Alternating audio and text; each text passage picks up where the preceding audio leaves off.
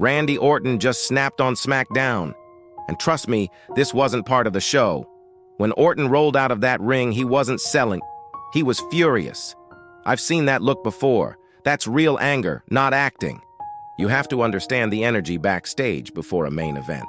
It's a controlled chaos, a hum of nervous energy, producers talking into headsets, talent warming up. But that night, the air around Randy Orton was different.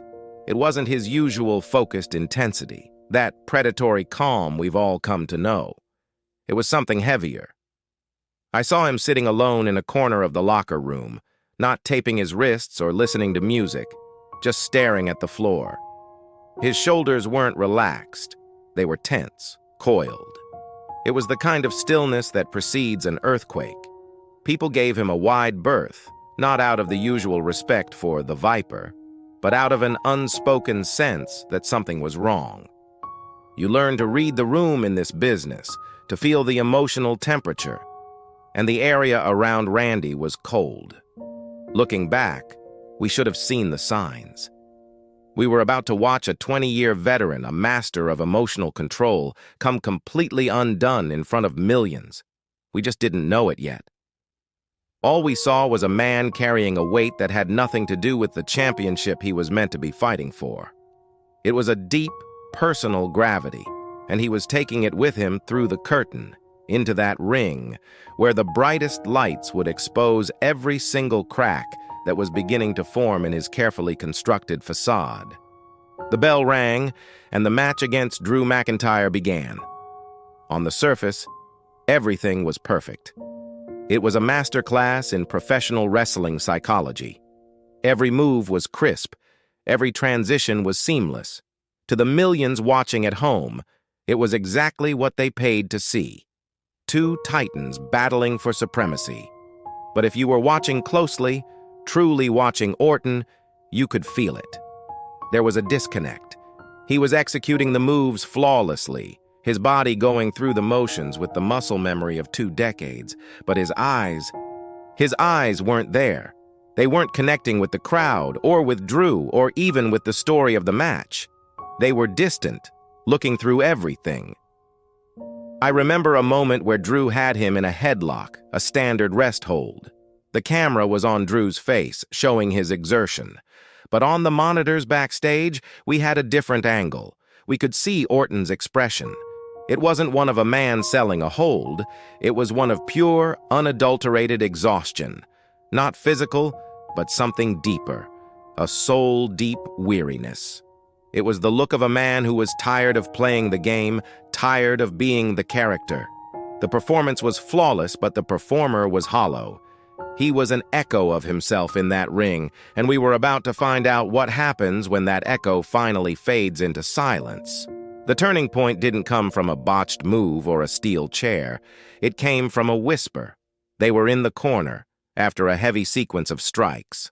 The referee was creating separation, a standard part of the performance to let both men catch their breath and build anticipation. Drew, playing his part as the confident, dominant challenger, leaned in close to Orton. His mouth was covered by his hand, hidden from the cameras. This is common. Wrestlers talk to each other, call spots, check on each other. But this wasn't that. From what was pieced together later, Drew, caught up in the moment, ad-libbed a line. Something personal. It wasn't part of the script. It was something about legacy, about fathers and sons, and how some legends are destined to be eclipsed. He thought it was just good character work, adding a layer of personal animosity to the feud. He couldn't have known he was striking a match next to a gas leak. In that moment, he stopped being Orton's opponent and became the embodiment of every pressure, every expectation, and every private burden Randy had carried for his entire career.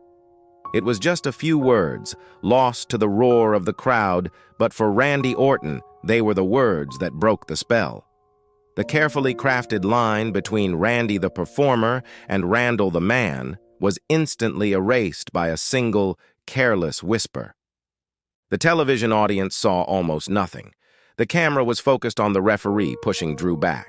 For maybe 2 seconds, you could see Orton's back. But backstage, we had the ISO cam, the one trained on Randy's face the entire time, and what we saw, it still gives me chills. The change was instantaneous. It wasn't a slow burn of anger. It wasn't the theatrical scowl of the Viper. 1 second, he was Randy Orton, the wrestler, selling his exhaustion in the corner. The next, the mask didn't just crack, it vaporized. His eyes went flat, all the performance draining from them, replaced by a cold, hard clarity. It was the look of a man who had just been jolted back into a reality he didn't want to be in. The muscles in his jaw tightened, not for show, but in a real, reflexive clench of fury. His breathing changed. It was no longer the deep, controlled breathing of an athlete. It was the shallow, sharp intake of someone trying to suppress an explosion. He subtly shook his head, a tiny, almost imperceptible motion as if trying to clear a fog. But it wasn't a fog he was clearing. He was seeing Drew, the ref, the ring, the lights, the entire circus for what it was in that moment. An intrusion. And the legend, the character he'd perfected for 20 years, was gone. All that was left was a man. A very, very angry man. What happened next was the most unsettling part, because it was so quiet. Drew turned back to re-engage, expecting the match to continue. He moved in, but Orton didn't react. He didn't raise his fists. He didn't get into a defensive stance. He just stood there, his arms limp at his sides, staring at Drew with those chillingly placid eyes. Drew paused, confused. He looked at the referee looked at Orton. The crowd started to murmur, sensing the break in rhythm. This wasn't part of the show. Drew tried to improvise, shoving Orton lightly on the chest, trying to get a reaction, trying to pull the performance back on track. But Orton didn't sell the push. He didn't stumble back. He absorbed it, unmoving, his gaze never wavering. It was like shoving a statue. The message was clear. I'm done. He was no longer participating in the illusion. In that moment of absolute stillness, he was louder than any promo he had ever cut. He was communicating a deep, profound refusal to continue playing the game. The silence in the arena was deafening. You could feel the collective confusion of 15,000 people, all watching a man famous for his explosive rage, choosing instead to express his fury with a terrifying, absolute stillness. The master of mind games had just abandoned the game entirely, leaving everyone, including his opponent, utterly lost. Then he simply turned and slid under the bottom rope. There was no theatricality to it. He didn't limp to sell an injury. He didn't storm off in a rage. He moved with a deliberate, almost serene calmness that was more menacing than any RKO out of nowhere. He rolled out of the ring, stood on the floor, and looked back. Not at Drew, not at the camera, but out at the sea of faces, the lights, the whole spectacle. His expression was one of profound disconnect, almost of contempt. It was the face of a man who had just woken up from a dream and was disgusted by his surroundings. The commentators were scrambling. You could hear the confusion in Michael Cole's voice as he tried to narrate what was happening, but there was no script for this. This was real. Orton began walking up the entrance ramp, never once looking back. He ignored the referee who had followed him out of the ring, pleading for him to return. He ignored the boos that were starting to mix with the confused silence. He was in his own world, a bubble of cold, quiet fury.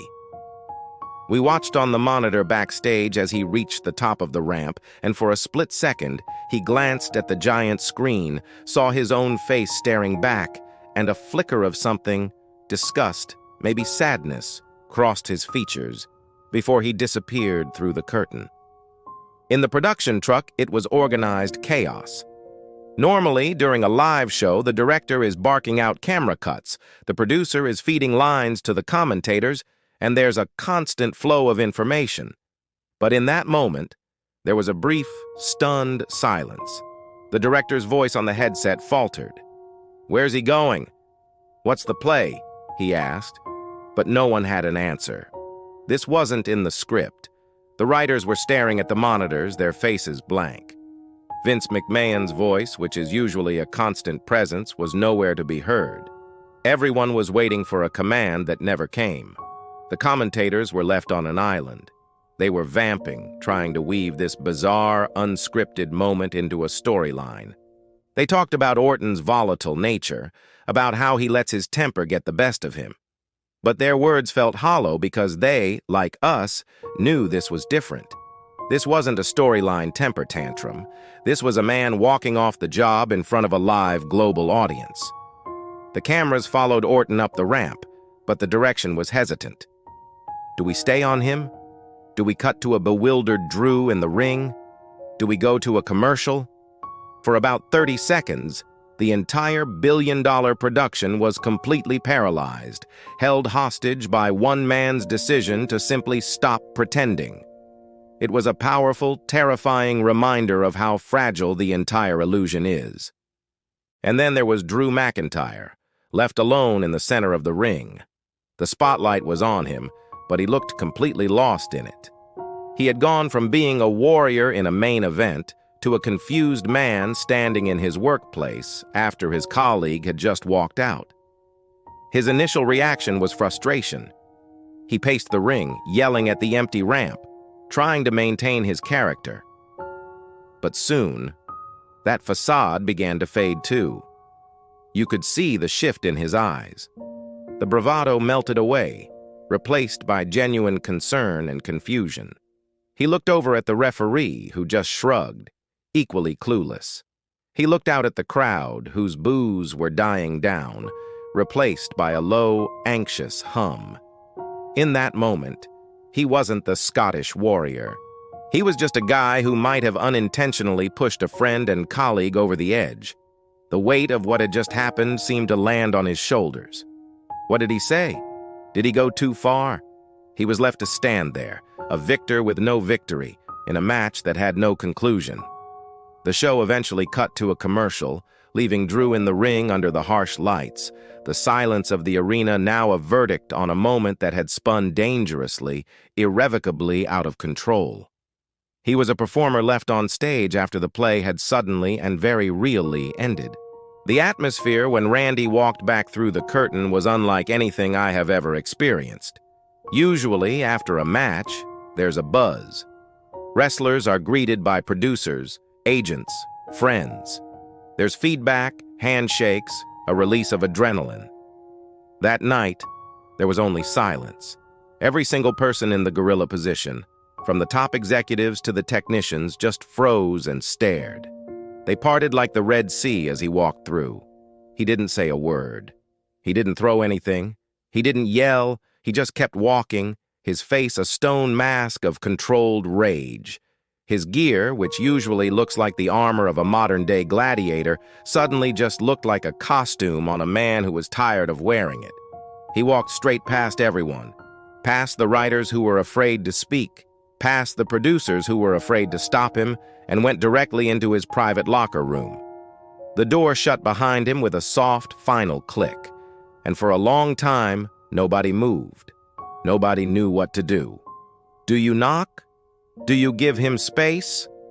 The entire backstage machinery, which is built to solve problems and keep the show moving, had no protocol for this. Because this wasn't a problem with the show. This was a problem with a human being. The line had been crossed, and in that deafening silence, we all understood that we had just witnessed something private, something real, something that we probably were never meant to see. We never truly found out what was said or what was resolved. The official story became another chapter in the unpredictable saga of Randy Orton. But for those of us who were there, who saw the look in his eyes, we know the truth. We saw a man who has lived his life under the brightest lights and the heaviest expectations reach his breaking point. For over 20 years, he has been the Viper, the legend killer, a predator in the ring. He has mastered the art of portraying a man without a conscience, a man who feels nothing. But that night he felt everything, all at once.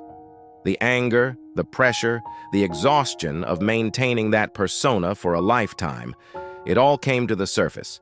He didn't explode in a way that would feed the narrative. Instead, he simply stopped. He withdrew. He showed us the man behind the character, not by what he did, but by what he refused to do. He refused to perform. That quiet walk up the ramp was more revealing than any promo, more impactful than any RKO. It was a silent scream for a moment of peace. It was a reminder that even legends are human, and sometimes the mask cracks.